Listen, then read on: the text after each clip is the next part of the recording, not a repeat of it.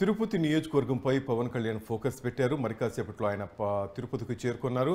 జనసేన తిరుపతి నియోజకవర్గం ఇన్ఛార్జిగా పొలకల మల్లికార్జున్ ప్రకటించే ఛాన్స్ కనిపిస్తోంది. ఇప్పటికే పవన్ కళ్యాణ్ కలిసిన పొలకల మల్లికార్జున్, పవన్ కళ్యాణ్ సమక్షంలో పార్టీలో చేరనున్నారు పొలకల మల్లికార్జున్. మరిన్ని అప్డేట్స్ మరి రిపోర్ట్ హరిబాబు నాయుడు తెలుసుకుందాం. హరిబాబు, ఏంటి జనసేన అధినేత పర్యటన వివరాలేంటి? జనసేన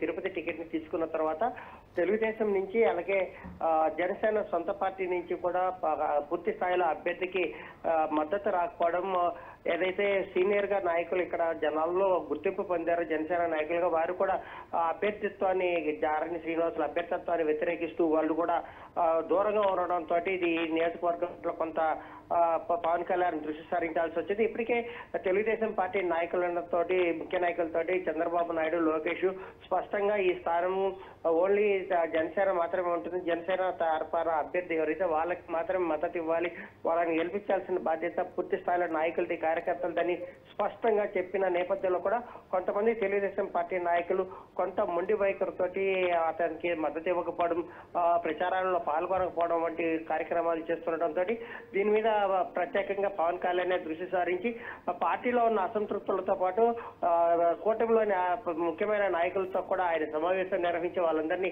దిశానిర్దేశం చేసేందుకు తిరుపతికి రానున్నారు.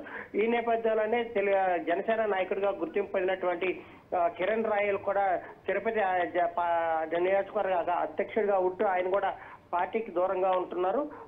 ఈ నేపథ్యంలోనే అతని స్థానంలో పొలకల మల్లికార్జున్ అనే వ్యక్తిని తీసుకొని అతనికి బాధ్యతలు అప్పగించి ఎన్నికల్లో పూర్తి స్థాయిలో పార్టీని బలోపేతం చేసేందుకు చర్యలు చేపట్టేందుకు పవన్ కళ్యాణ్ చర్యలు తీసుకుంటున్నట్టు ఆ మేరకే పూర్తి స్థాయిలో నాయకుల్ని, కార్యకర్తలు, అన్ని కూటమిలోని నాయకులందరితో కూడా మీటింగ్ నిర్వహించేందుకు తిరుపతికి వస్తున్నారు. శ్రీనివాస్, ఎందుకని కిరణ్ రాయల్ ఆ విధంగా వ్యతిరేకంగా ప్రవర్తిస్తున్నారు? ఎందుకంటే కుక్కర్ నిలబెట్టిన ఆ కుక్కకి సపోర్ట్ చేస్తామన్నంత వ్యాఖ్యలు చేసిన కిరణ్ రాయల్ ఈ రోజు పవన్ కళ్యాణ్ నిలబెట్టిన అభ్యర్థికి ఎందుకు సపోర్ట్ చేయట్లేదు? ఏంటి అసలు అక్కడ రాజకీయం ఏంటి?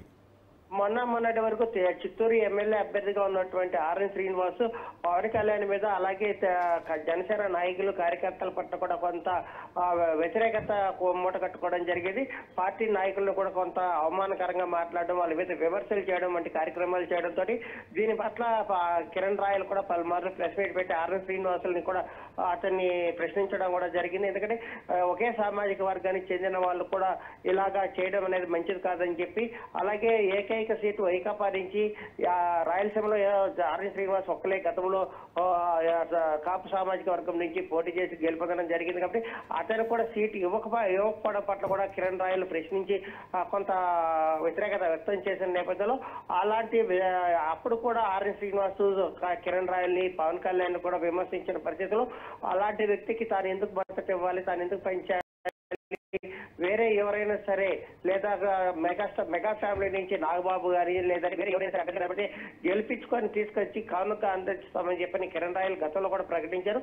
అంటే కిరణ్ రాయల్ అంటే తన వైఖరిని కొంత తప్పు పెట్టినటువంటి కొంతమంది పార్టీల నాయకులు అధిష్టానానికి తప్పుడు సంకేతాలు ఇచ్చే విధంగా వ్యవహరించడంతో కొంత మనస్తాపం చెందినటువంటి కిరణ్ రాయల్ పార్టీ కార్యక్రమానికి కొంత దూరం జరిగారు. శ్రీనివాస్, రైట్, ప్రజెంట్ అక్కడ సిచ్యువేషన్ ఏంటి? ఆరణి శ్రీనివాస్ని మార్చే పరిస్థితి కనిపిస్తుందా? ఎవరికి సీట్ వచ్చే అవకాశం కనిపిస్తుంది ఫైనల్ గా? ప్రధానంగా ఇక్కడ స్థానికత అనేది అంటే ఒక ప్రధాన అంశం చెప్పేసి, ఆర్ఎన్ శ్రీనివాస్ అనే వ్యక్తి చిత్తూరులో ఎమ్మెల్యేగా ఉంటూ గతంలో కూడా చిత్తూరు చిత్తూరు పట్టణం నుంచే కార్యక్రమాలు నిర్వహించిన వ్యక్తి తిరుపతిలో ఇప్పుడు అకస్మాత్తుగా వచ్చి తిరుపతి అభ్యర్థిగా పోటీ చేయడం అనేది ఇక్కడ ఉన్నటువంటి స్థానికులతో పాటు ఓటర్లు కొని లేదంటే స్థానిక నాయకులు కూడా జీర్ణించుకోలేని పరిస్థితి అయితే నెలకొంది. దీని మీద కొంత వ్యతిరేకత వ్యక్తమవుతున్నప్పుడు కూడా ఆర్ఎన్ శ్రీనివాస్ మాత్రం పట్టు వదలని విక్రమార్కుడు తరహాలో తన స్థాయిలో కొంత ముందుకు సాగే ప్రయత్నం చేస్తున్నారు.